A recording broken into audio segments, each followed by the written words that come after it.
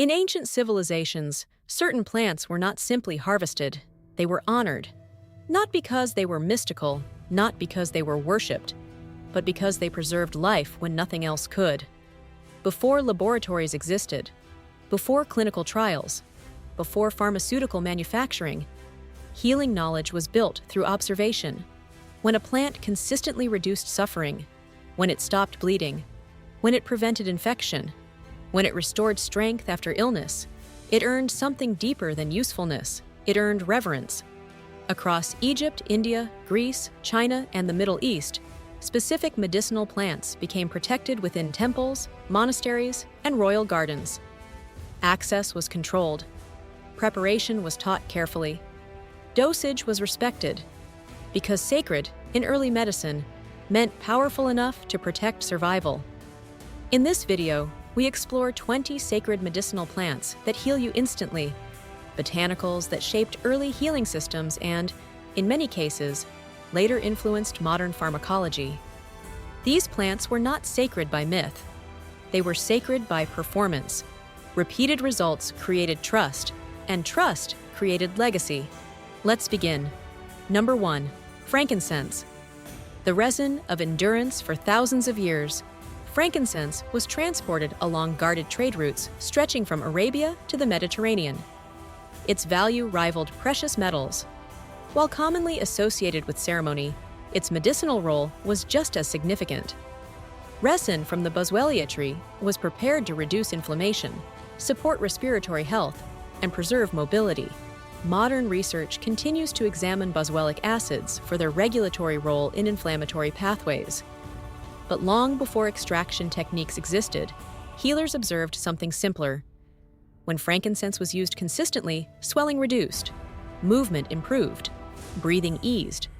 That reliability earned reverence, and reliability defines sacred status in medicine. Number 2. Myrrh. The protective balm myrrh was often paired with frankincense in ancient preparations. Its resin was applied directly to wounds, mixed into cleansing formulas, and used to prevent infection in harsh environments. In climates where bacterial spread could be fatal, protection was survival. Modern analysis has identified antimicrobial compounds within myrrh resin. But historically, effectiveness was measured in outcome. When wounds closed, when infection did not spread, when recovery followed injury, protection builds gratitude, and gratitude builds reverence. Number 3. Holy basil. The keeper of balance. In Ayurvedic tradition, holy basil, known as tulsi, was cultivated with intention. It was grown near homes, integrated into daily practice, and used during illness and stress. Modern research has examined its potential adaptogenic properties and influence on inflammatory markers. But its sacred status did not come from theory. It came from balance. When stress overwhelmed the body, when respiratory strain appeared, when immunity faltered, holy basil was relied upon. It did not force the body, it stabilized it. And stabilization is one of the highest forms of medicinal strength. Number 4. Aloe vera, the immediate healer. Ancient Egyptian texts refer to aloe vera as a plant of preservation. Its gel was applied to burns, wounds, and skin irritation across civilizations.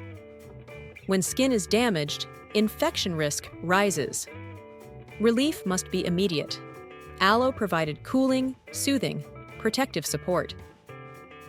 Modern studies examine its polysaccharides for tissue-supporting and anti-inflammatory potential. But early healers did not need laboratory confirmation. They saw relief. Immediate relief creates trust quickly, and plants that repeatedly provide immediate relief become sacred through experience. Number 5.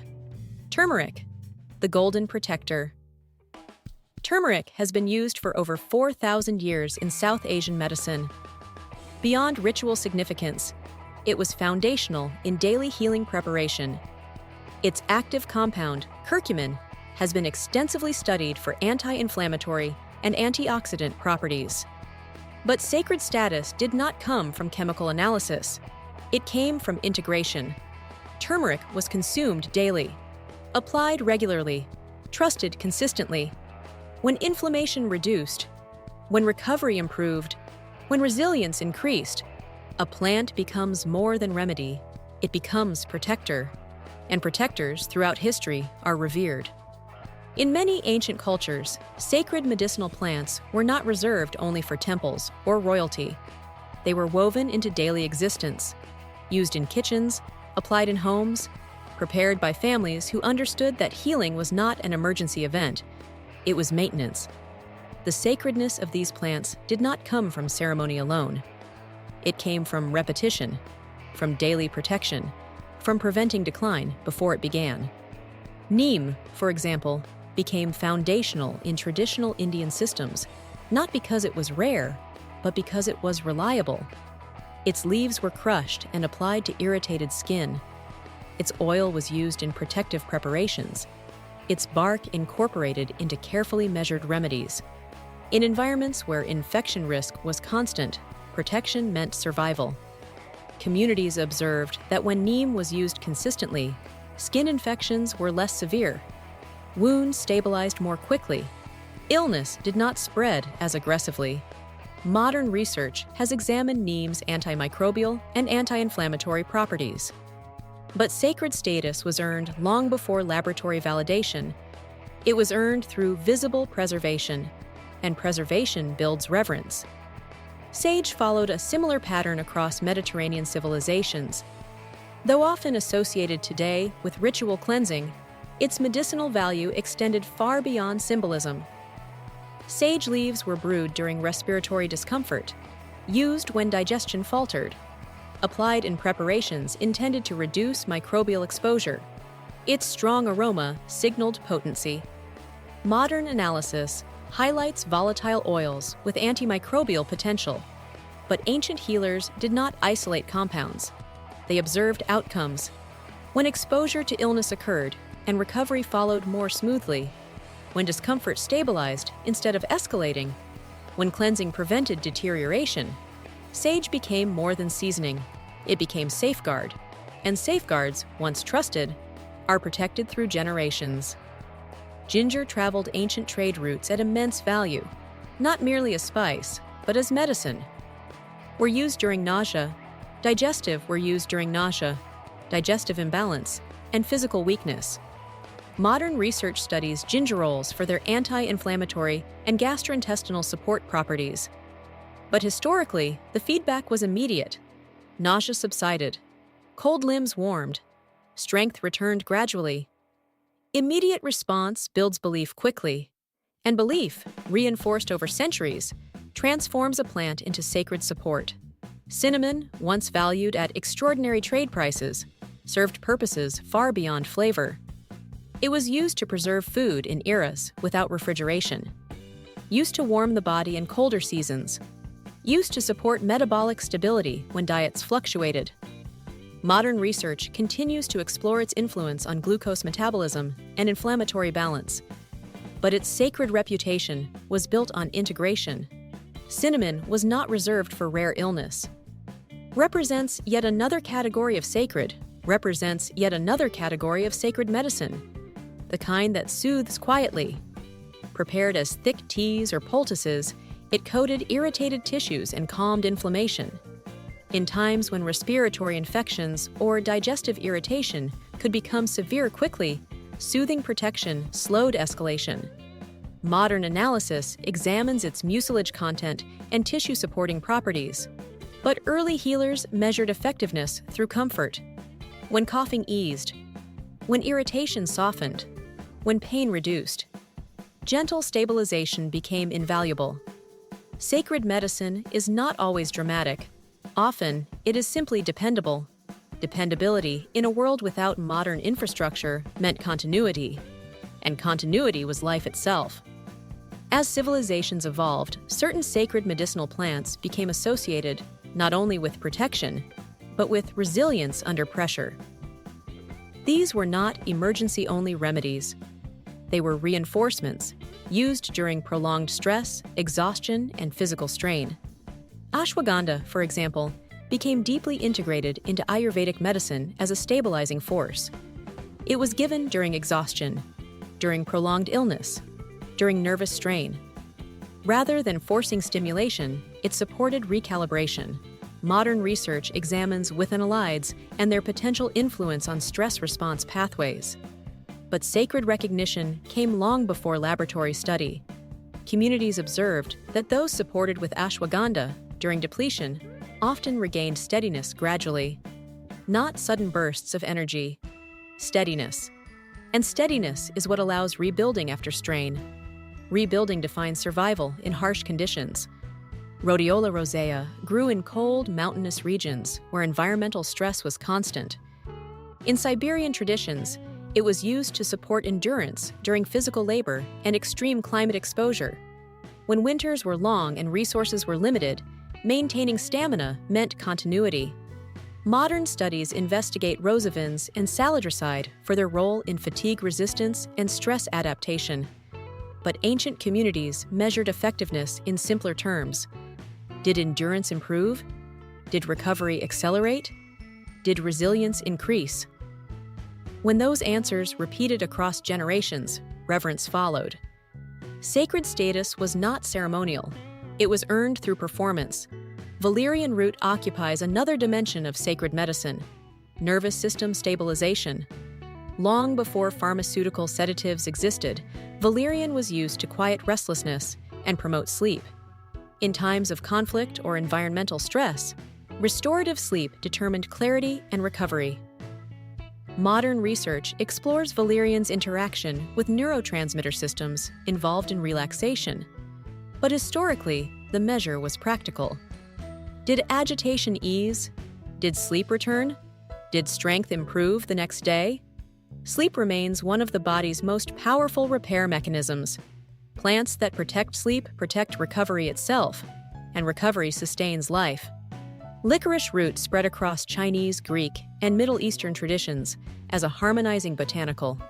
It was often added to formulations not because it dominated, but because it supported synergy. It soothed irritation, supported respiratory comfort, balanced inflammatory responses. Modern research studies glycyrrhizin and related compounds for their biological activity. But sacred value emerged from integration. Licorice was rarely isolated. It was combined carefully. That harmonizing quality earned trust. Harmony in medicine often prevents imbalance before it escalates. Clove, though small, carried concentrated power. Used historically for dental pain and infection, it provided immediate relief when few alternatives existed. Its active compound, eugenol, remains present in modern dental applications.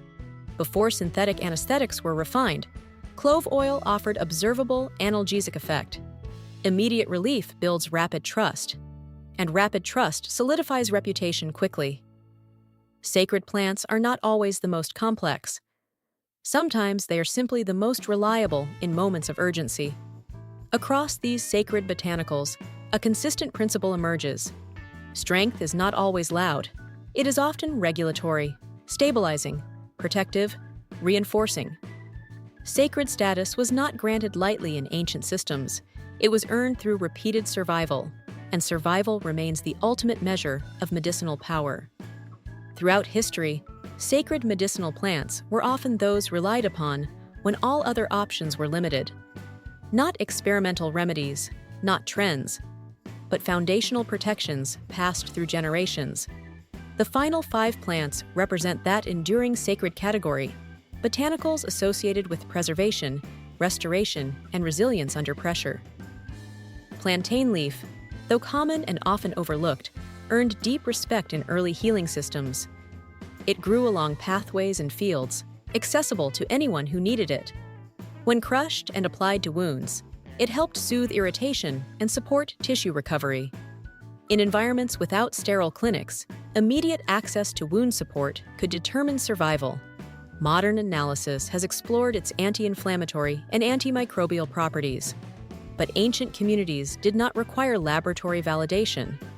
They required outcome: when bleeding slowed, when irritation softened, when healing progressed. Sacred status followed. Availability, in moments of injury, becomes powerful. Yarrow earned its reputation on battlefields. Historical accounts describe its use to reduce bleeding and support wound care during conflict. In times when injury meant infection and infection meant mortality, rapid response was critical. Modern research continues to examine compounds within yarrow for their hemostatic and anti-inflammatory properties, but its sacred recognition was forged in urgency. When applied during trauma and survival improved, trust solidified, and plants trusted in crisis are never forgotten. Feverfew became associated with protection against recurring headaches and inflammatory discomfort. Monastery gardens cultivated it deliberately, preserving its presence for generations. Modern studies explore parthenolide and its influence on inflammatory signaling. But sacredness was not built on chemical isolation. It was built on prevention. When recurring pain reduced, when episodes became less severe, when life continued uninterrupted, prevention earned reverence, because preventing suffering often feels more powerful than treating it. Baobab fruit, used across African regions, represented nourishment in harsh climates. Rich in vitamin C and antioxidants, it supported immune resilience and recovery. But more importantly, it was dependable in arid environments. Dependability, when survival is uncertain, becomes sacred quickly. Modern research studies its antioxidant capacity, but sacred value emerged from stability. When communities relied on it through drought and scarcity and endurance improved, reverence followed. Finally, garlic, though widely known, maintained sacred status across multiple civilizations. It was consumed for strength, applied for infection, used to preserve vitality during physically demanding labor. Modern science studies allicin for antimicrobial and cardiovascular supporting effects. But garlic's sacred reputation was earned through repetition.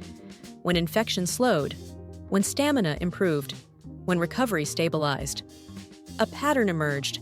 Repeated protection builds legacy. When we step back and examine these 20 sacred medicinal plants together, a larger truth becomes clear. Sacred, in ancient medicine, did not mean mystical, it meant proven. Proven through repetition, through survival, through continuity. Long before standardized pharmaceutical manufacturing, communities observed patterns. Which plants reduced suffering? Which preserved mobility? Which protected against infection? Which restored strength? Those plants were protected, cultivated carefully, passed through generations, integrated into healing systems. Modern medicine did not emerge separately from this knowledge. In many cases, it evolved from it. Researchers isolated compounds, standardized dosages, refined delivery methods. But the biological intelligence originated in nature. Plants produce complex molecules to survive environmental stress. Humans learn to use those molecules to survive biological stress. That relationship continues today. Laboratories still examine botanical compounds for future drug development. Because nature remains chemically sophisticated, sacred medicinal plants are not relics. They are foundations. And while preparation methods may evolve, the origin of many healing compounds still traces back to the earth.